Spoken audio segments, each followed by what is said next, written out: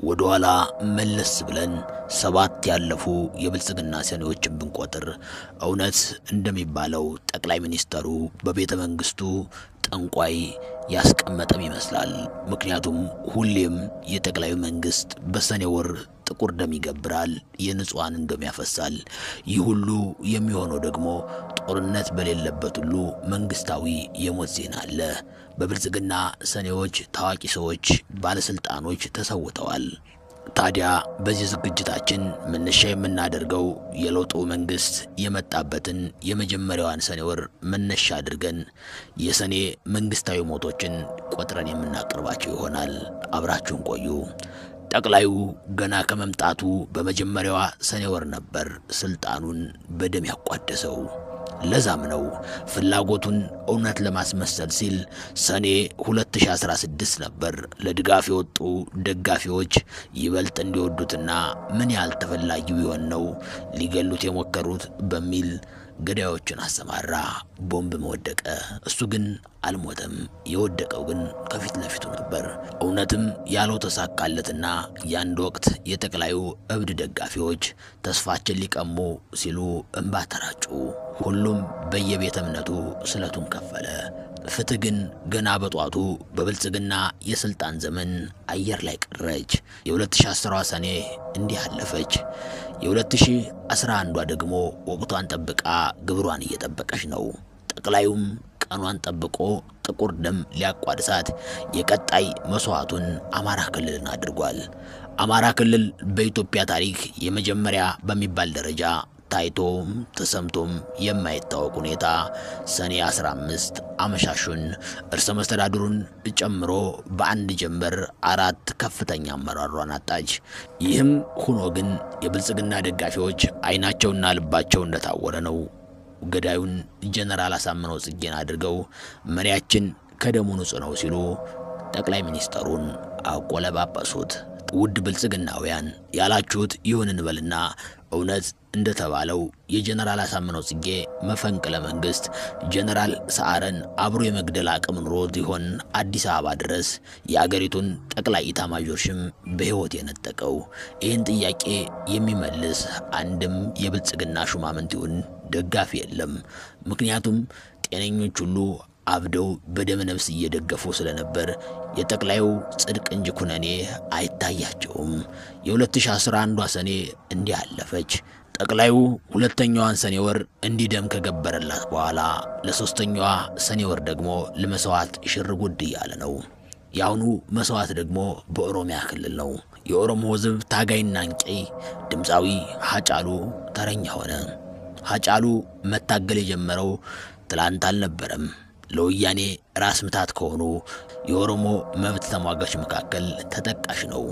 የዘመኑ ኢህአዴግ አደብ ለማስገዛት ሲል ሃጫሉን ያሻውን አድርገዋል። ይሁን እንጂ ህይወቱን ግን አልነጠቀውም ነበር። የኦሮሞ ህዝብም እንዳይኑ ብሌን የሚሳሳለትን ድምፃዊም ከፊቱ አላጣውም ነበር። ከሞቱ አማማቱ ሆነና ድምፃዊ ሃጫሉ ተረኛ በተባለለት በራሱ ሰው ታግለን አመጣ ነው ባለው የለውጡ መንግስት እስከ ወዲያኛው ተሸኘ።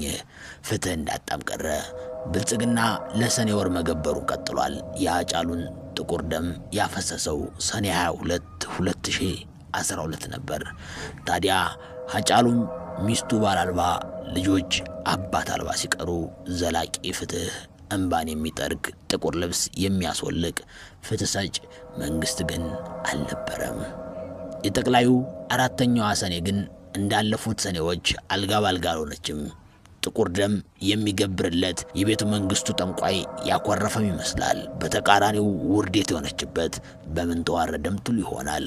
በ2013 ሰኔ ብልጽግና በአሜሪካ ፖለቲካ ዲፕሎማቱን የተቀማበትና ሀገሪቱን ከአጓ ያሳገደበት ከንፋስ ላይ የተበተነው ዱቄት ነው የተባለው ህወሓት ከትግራይ ክልል ሽንፈቱን ተከናንቦ የብልጽግና ወታደር መቀሌን ለቆ የወጣውም በዚህ ወር ነበር፣ ሰኔ 21 2013። ይህኛው ወር ለብልጽግና ጭንቅ ነው። ህወሓት በዛ አላቆመም።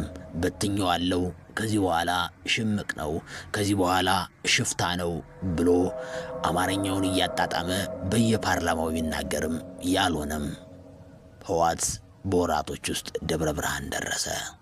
ጠቅላይ ሚኒስትር አብይ አህመድ ስልጣኑን አደራ የሰጠው ለፈጣሪ አይደለም፣ አሊያም እስከ አፍንጫው አስታጥቄዋለሁ ለሚለው ለፊልድ ማርሻል ብርሃኑ ጁላ ወታደርም አይደለም። ስልጣኑን አደራ የሰጠው ለቤተ መንግስቷ ፒኮክ ነው። ፒኮክ በነጮች አባባል ፒኮክ ያለችበት ቤተ መንግስት የስልጣን ዕድሜን ያራዝማል ተብሎ ይታሰባል። ታዲያ ጠቅላያችን አሁንም ለሰኔ ወር ጥቁር ደም ማፍሰሱን መገበሩን ተያይዞታል። የ2014ቷ አምስተኛዋ ሰኔ ደግሞ ብዙ የሀገሪቱን ወጣት ከግራም ከቀኝም ደሙን እየገበረላት ነው።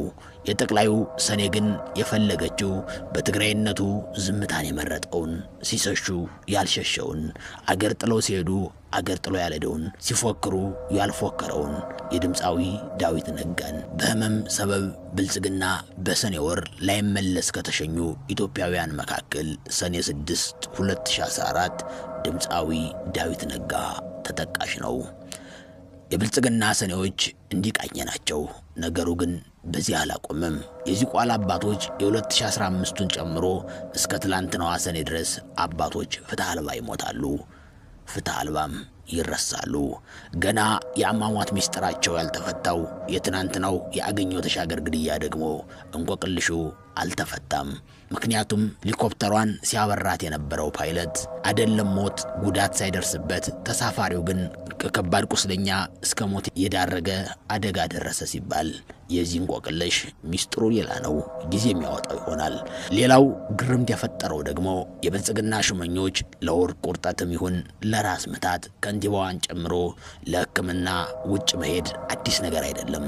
ይሁኑ እያለ ግን የአገኘው ተሻገር ውጭ ወጥቶ መታከም እንደ ቅንጦት ተቆጥሮ ከጠቅላይ ሚኒስተሩ ፍቃድ አግኝቶ ውጭ ዶ ለመታከም ያገኘው የቅርብ የተባሉ ሰዎች ሁሉ የምልጃው አንድ አካል ሆነዋል። በመጨረሻም ውጭ ዶ ለመታከም ችሏል። የብልጽግና ሰኔዎችን ከሞላ ጎደል እንዲቃኘ ናቸው። ስላደመጣችሁን እናመሰግናለን። ሌላ የተረሱ የብልጽግና የሰኔ ሞቶች ካሉም ኮሜንት ላይ አስቀምጡልን። ይህ ኢትዮ ማለዳ ነው።